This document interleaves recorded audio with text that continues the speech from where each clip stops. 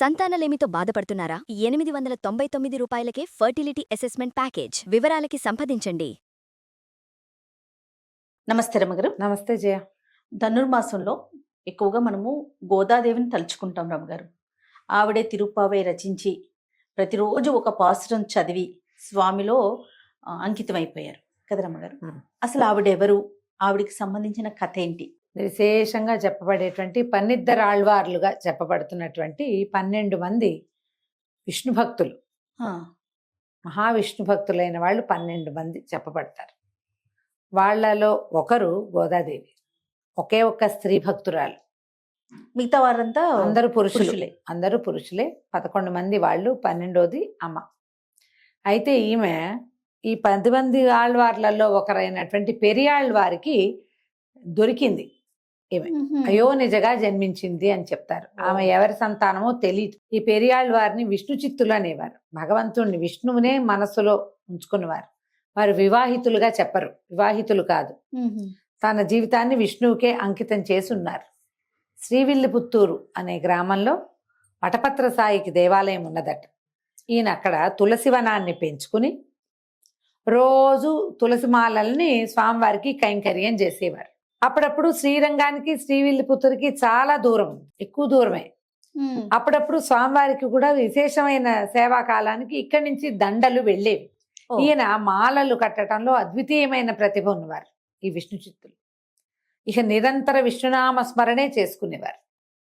ఆయనకి ఒకనాడు తను పెంచుతున్నటువంటి తులసి కాననంలో, అంటే తులసి వనం చాలా పెద్దదట, అందులో తులసి చెట్టు మొదట్లో సంటి బిడ్డ దొరికింది. ఆడపిల్ల, స్త్రీ శిశువు, లక్ష్మీదేవి స్వరూపంగా ఉన్నటువంటి పాప ఇది. ఆయన పెంచుకున్నారు. అసలు అమ్మవారి గోదాదేవి హారతులు చెప్పేటప్పుడే చెప్తారు, కర్కటే పూర్వ ఫల్గుణ్యాం తులసి కాననోద్భవాం, ఇట్లా చెప్తారు.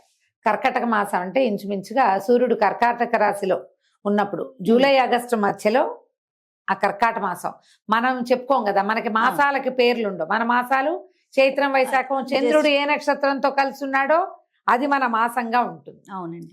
ఈ చోళ సాంప్రదాయం, మనకి తమిళ సాంప్రదాయం, ద్రవిడులు ఆ పక్క వాళ్ళంతా కూడా, తమిళనాడు అంతా కూడా సూర్యుడు ఏ రాశిలో ప్రవేశిస్తాడో అది ఆ మాసంగా, అంటే వాళ్ళది సంక్రమణ మాసమే లెక్క.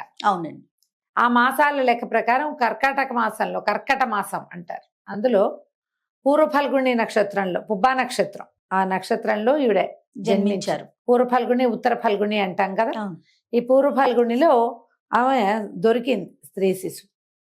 పరమాద్భుత సౌందర్యవతిగా ఉండి లక్ష్మీ కళ ముఖంలోంచి ఉట్టిపడుతూ ఉన్నటువంటి ఆమెని పెంచుకున్నారు. కోదయి అని పిలిచేవారు. పువ్వుల దండ కోదయి అంటే గోదా. ఈ అమ్మాయి గారు కాబట్టి ఆండాళ్ళ అనేవాళ్ళు. ఆండాళ్ళుగా, కోదయిగా ఎంతో ముద్దుగా చక్కగా వాళ్ళ దగ్గర పెరిగింది. అందరూ శ్రీ వైష్ణవులు.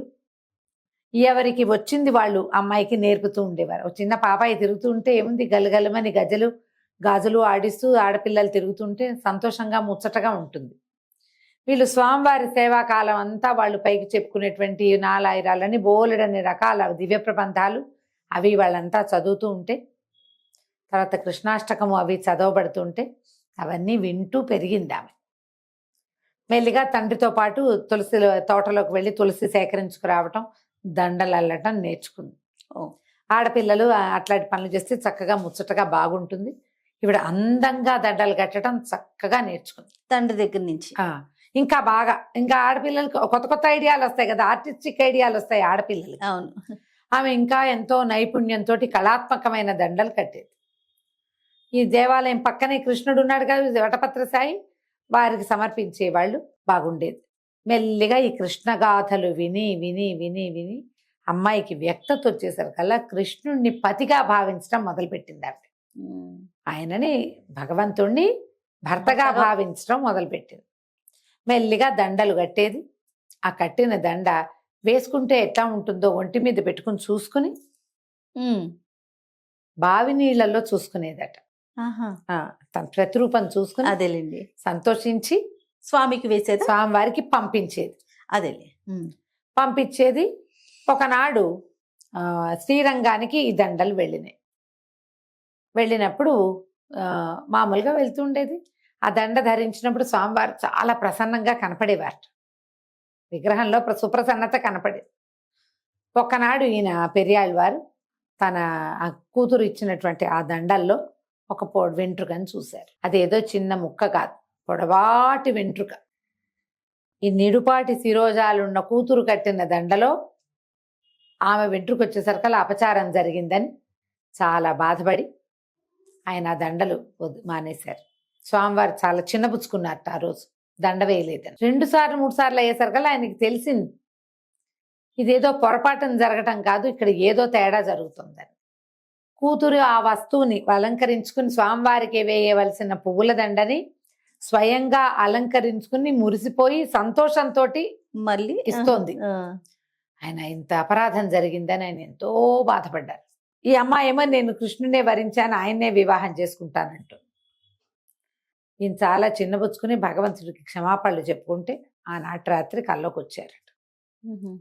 నాకు ఆ దండే కావాలి, ఆమె ధరించిన దండ కావాలి, నాకు అదే నాకు సంతోషాన్ని కలిగిస్తుందని స్వామివారు చెప్పి ఆమెను నాకు తెచ్చి సమర్పించమని ఆజ్ఞిస్తే పెళ్లి కూతురుని చేసి ఈ గోదాదేవిని స్వామివారికి అప్పచెప్పారు.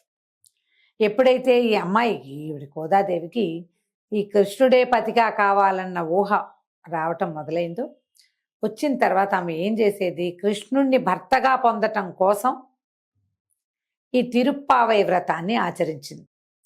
1 రోజుల పాటు రోజు స్వామివారిని సేవించి, ఆ సేవించడానికి సేవకి వెళ్దాం రమ్మని స్నేహితురాళ్ళని పిలుస్తుంది. ఆ కృష్ణుడు నందగోపుని కుమారుడు, ఆ యశోదాదేవి కొడుకు, ఆయన నిద్రలేపుదాం రండి, ఆయన మనకి అవన్నీ జీవితంలో మనకు కావాల్సినవన్నీ ఆయనే ఇస్తాడు. ఇట్లా పిలుస్తూ నీలాదేవి అని కృష్ణుడితో ఉన్నటువంటి నీలని కూడా పిలుస్తుంది. నీలాదేవి ఆయనతో పాటు ఉంది, కృష్ణుడితో నిద్రిస్తోంది. అవును, ఆయనకి భార్యలు ఉండటము, ఆయన దేవేర్లతో సేనించి ఉండటము ఈవిడికి తెలుసు. ఆయనే తనకు కూడా కావాలి. ఆ నీలా, ఓ అమ్మ నీలా, నువ్వు నిద్రలేవమ్మా, నువ్వు కాస్త తలుపు తీవమ్మా, అలాంటి పదాలు కూడా కనపడతాయి ఆ పావసరాలు.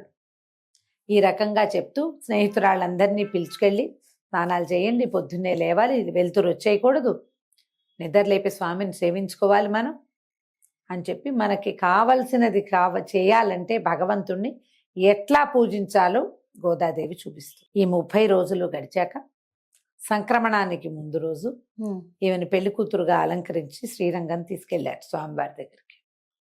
తీసుకెళ్తే ఈ వివాహ కళ్యాణం జరిగిన తర్వాత ఈమె స్వామివారిలో లీనమైపోయింది. విష్ణు చిత్తులు చాలా దుఃఖపడ్డారు, కూతుర్ని కోల్పోయానని. కానీ భగవంతుడే ఆయనకి ప్రబోధించి భక్తి మార్గాన్ని ప్రజలకి ఉపదేశించటానికి ఆ భూమాతే ఇట్లాంటి స్వరూపంలో వచ్చింది కాబట్టి ఈ మాయలోంచి తొలగిపో, నీకు జన్మించలేదు, నీకు లభించింది అంతే. ఎందుకంటే ప్రజలకి తెలియజేయటానికి, భగవన్ మార్గాన్ని ప్రజలకి అందజేయటం కోసం పుట్టినటువంటి శిశువే ఈమె, అంతకంటే రెండోది కాదని ఆయనకి నచ్చజెప్పారు. ఈ గోదాదేవి ఆయనలో ఐక్యమైపోయారు. అందుకని ఈ శ్రీరంగంలో కూడా ఈ 1 రోజులు విశేషంగా జరుగుతుంది. గోదాదేవి పూజింపబడుతుంది. తర్వాత ఆవిడికి విడిగా సన్నిధి ఉంటుంది. చాలా దేవాలయాల్లో మనకు కనపడుతుంటారు. లక్ష్మీదేవి ఓ వైపుంటుంది, గోదాదేవి రెండో పక్కన ఉంటుంది. ఆండాళ్ళ సన్నిధి కనిపిస్తుంది. అవును అవును. తాయార్ల సన్నిధిలో ఆండాళ్ళ సన్నిధి కూడా ప్రత్యేకంగా కనపడుతుంది. ఇప్పుడు ఈ మామూలు విష్ణువాలయాలన్ని చోట్ల విశేషంగా తిరుప్పావై చదువుతారు.